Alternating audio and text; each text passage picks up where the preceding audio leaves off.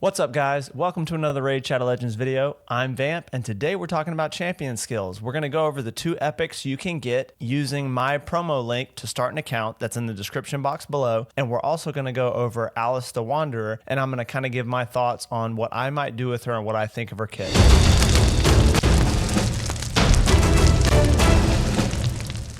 Welcome to the video, guys. Thank you for joining me on the channel. Got about an inch or an inch and a half of snow last night and less than 4 hours of sleep. So it's going to be an interesting day, but I already had one coffee, probably going to have another coffee soon. Let's get into this chat about the champions. So basically, guys, I actually recorded this and the previous video going over getting to level 15 on the new account in the same take. And then in editing decided that it made a lot more sense to split the two, both for time and just because I spent so much time on the champion skills, it kind of felt like a new topic. So for that reason, I actually am recording this intro after recording the main video. So the lighting is going to be a little bit different. It's going to be a different take of me not having just gotten out of the shower. But yeah, so anyway, that's why it's going to shift. And if you like what you see, guys, please consider liking and subscribing. I'm a very small creator, but I love Raid. I've played for a long time and I love making this content. It would really help the channel grow. Let's get into Alice. I will go over Alice the Wanderer real quick because she's the free login legendary that everybody can get, which is awesome because she's sick. Her default attack is attacks one enemy twice. Always cool when you hit twice for a variety of reasons. Places a third hit if the target has any active skills on cooldown, which you'll see synergizes with her other skills. Usually you don't lead with your default skill, so it's cool when the default skill synergizes with something that you did before on one of these other bigger skills that go on cooldown. Each hit has an 80% chance, if you look right here, level 4 and level 5 add 10% buff debuff chance, so that means it will go to 100% chance of decreasing the duration of a random buff on the target by a turn. So that could be 3 hits, right? So if they have any active skills on cooldowns, she has 3 100% chance attacks of decreasing the duration of a random. So she could strip 3. Now she needs accuracy for this, but that's a really cool A1, especially in something like live arena or, you know, higher end arena where the battles kind of drag out and take a little bit longer. A2 smacks. She does really good damage on this skill. Attacks all enemies, has a 75 books to 100% chance of increasing cooldown of all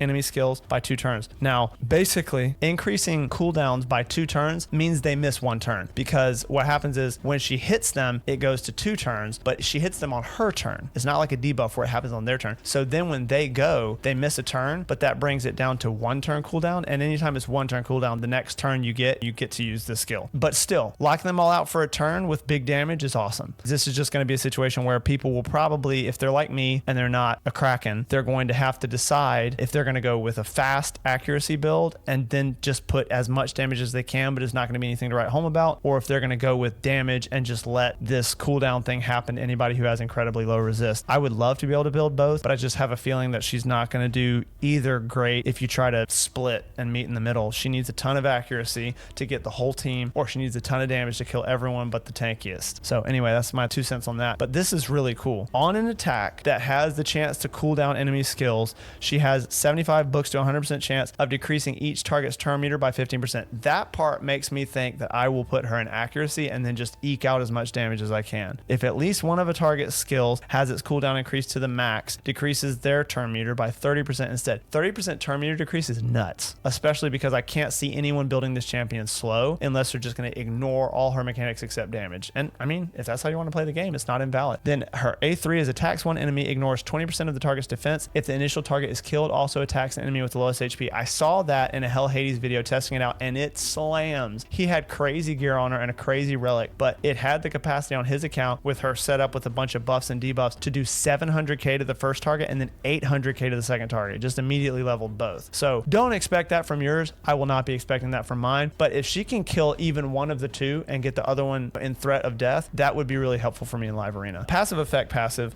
means that it's just on all the time. Active effect is going to be something that happens when she does a turn, and then the occurs once per skill means that if she were to kill 3 enemies with her A3 or something like that, she's not going to get 3 skills cooldown. That's not words. She's not going to get the cooldown reduced on 3 skills from killing 3 people. So it occurs once per skill means it's not passive, it's active, and once it happens, it's going to wait, and the cooldown is once per skill. The passive effect is whenever this champion attacks, 3% more damage done to each target for each turn remaining on all their skill cooldowns. The bonus damage is counted individually for each target. So if if she were to get to go and anyone that she hit with her cooldown increasing ability hasn't gone yet, then she could get an okay amount of damage. This is not crazy. It's just something to say, hey, if you get her enough accuracy that she's actually putting people skilled on cooldown, and then she's fast and she gets back around to attack again, or maybe she's in Relentless, that seems like the ideal situation would be to have her in Relentless. Then she'll do up to probably, you know, I don't know, like an average champion probably has 2 other skills that are on 2 turns of cooldown. So she'll do like 12% more approximately averaged out per champion. That's not bad. That's like a mastery. But you know, this is kind of a more of a unique situation thing, or situation by situation thing, because if they're faster than her, or if she gets stunned or something, anything like that, then this kind of becomes like more of a non-factor. But anyway, attacking all battles by 30% is fantastic. Some of the best void legendaries in the game, some of the best. I don't know which the best is actually, but they have like 33, maybe 35%. I know your Carl is pretty good and he has 33%, but 30 is good. She's got a good aura, and I'm kind of glad they didn't give her accuracy, because I just feel like it would have helped her, you know, but like she seems like a PvP champ to me. So I definitely appreciate the attack more, because she's probably not going to use her aura that much actually. So if you're forced to use an aura, 30% increased attack for her is awesome. So that's kind of a recap on where I'm at now. The thing that I'm going to be doing next is looking at probably trying to get through to Palace of Arabia, which, I mean, we're on Felon's Gate. Might have to upgrade some gear, you know, against my better judgment, under duress, whatever. But once we get here, then we're going to, I tried to click it like it would open. When we get to there, we're going to go to the stage 6 for that one and try to get speed boots and speed set, and then just kind of look for other speed pieces that we get on the way and see if we can make any, you know, pairs so that we can get a speed set on some of our champions. But at the beginning of the game, guys, like if you don't know this already, don't worry much at all about building sets. Even whenever the artifact missions tell you to make sets, you just do it and then go click, so you get the reward and it checks the box for you, and then build the champions how you need to build them for the stats. It's going to be a while, unless you're very lucky, before you have any concern really with building sets over or even alongside stats. It's going to be very difficult in the beginning to try to build sets and get the stats you need, so just focus on stats. Don't worry about the sets. I'm not in a clan, so I don't have clan boss right now. Probably not going to worry about that right away, but basically I'm going to keep progressing the account, guys. I'm trying to think if there's anything I forgot before I let you guys go. Look, just from that little bit we did, I think we got like 9% XP or something like that to the next level. But yeah, I think that's it, guys. Like I said before, just follow the red dots, join the Discord in the link below, and ask any questions you'd like. You know, I love to help players, especially new players, but any players is perfectly fine. You can look over here at the events, I guess, but I mean, this stuff is like, just kind of explore the game. You know what I mean? Like, you don't necessarily need me to explain this, or if you do, pop in the Discord. I'd be happy to. I just don't want to like go over every tiny thing in the game. You know what I mean? Just for a quick video kind of recapping hitting level 15. But anyway, I actually did forget. Real quick, let's go over Ugo and Tagore. Tagore is, oh my God, just going to be such a carry on this account. So I'll go over to Gore first, because I don't know that he's better overall, but damn, he's good. And he's going to be really, really, really, really amazing at this level at the beginning of an account. So let's look at his skills real quick. A1, I don't think we care about, but hey, it puts increased defense on an ally with the lowest current HP for 2 turns. That's very helpful for exactly the stage we're at in the game. Once you get to the later part of the game, it's not going to do a ton of difference. This is an awesome skill. It's an attack that buffs his own team with increased speed, big version, for 2 turns, and heals all allies by 15% of his HP. So stack his HP, give him as much as you can. Obviously, you do want him to have some speed too, so he's cycling through these abilities, but give him a bunch of HP and he'll heal all your champions by a lot. On the A3, revives all dead allies with 30% HP,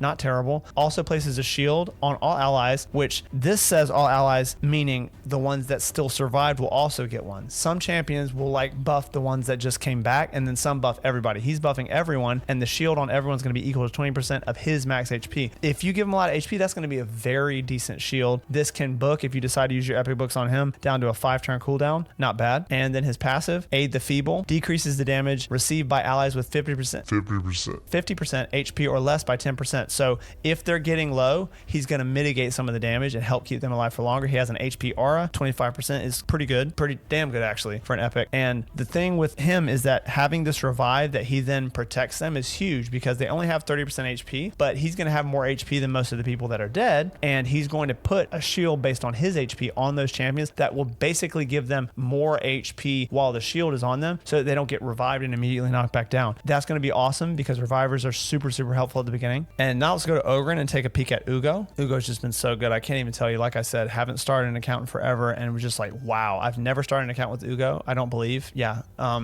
and she's just so good, man. A leech on her A1, decent damage there, not gonna lie, for a support, especially a support with no gear, and she gets more percentage chance to land the leech depending on how many enemies are alive, so 20% more for 4 enemies being alive. Then I don't have any books, obviously, because it just started the account, but she's well worth booking. She likes to read, as the raid content creators say, because she requires a lot of skill books. But this one's awesome. It's been awesome for me now, but it's especially awesome just without books. 75% chance of placing decreased defense, 50% chance of placing block buffs. The chance of placing block buffs increases by 5% for each live enemy, the same as the leech on her A1. So you got 4 live enemies, then it goes to 70%, and then she gets 25% more to both, so to 100, and then to 95% if you book her out. But that's going to be down the road. If you're starting your account now and you're planning on booking her, it's going to be a minute because it takes a while to get epic books unless you buy them. I'm not going to be buying them. Then this was what I was telling you about. Removes all heal reduction anytime she pops her A3. Anytime she pops her A3, it removes 1 random debuff from all allies, and then heals all allies by 20% of her HP. If all the allies are dead, all of them besides her, then it revives them, and none of this top stuff happens. It just revives them, but they have half HP and half their turn meter. That's actually a fantastic revive. That's really good. And then her passive, this is pretty cool, places the 30% increased speed and block damage on this champion for 1 turn whenever the champion's last living ally is killed. So there are some mechanics where you can remove buffs, so somebody could take the block damage from her, but a lot of times in PvE that doesn't really happen. So as long as she is not under like block active skills or something like that, when her last living ally dies, boom, she gets increased speed so that she can get back to her turn faster, and block damage so that she can't get killed. So if you have been saving this skill because you know this stage is hard for me and you know the champions keep dying, then you're going to get a block damage when that last ally dies, and she's going to get increased speed, get back to that turn, and pick them right back up. Half turn meter, half health. Pretty fantastic, especially at the beginning of the game. But I'm not going to lie, I've used that at max level in the game in Hydra because sometimes that's just how the Hydra run goes. But we'll get to Hydra another day. Basically, guys, I think that's enough for this video, but I'll probably try to make one for people who need it, unless I hear differently in the comments about kind of how to view the gear a little bit more in depth early in the game. But for now, guys, I'm going to sign off on that because I feel like that's enough of that. So y'all take care, level up your account. See you in the next one.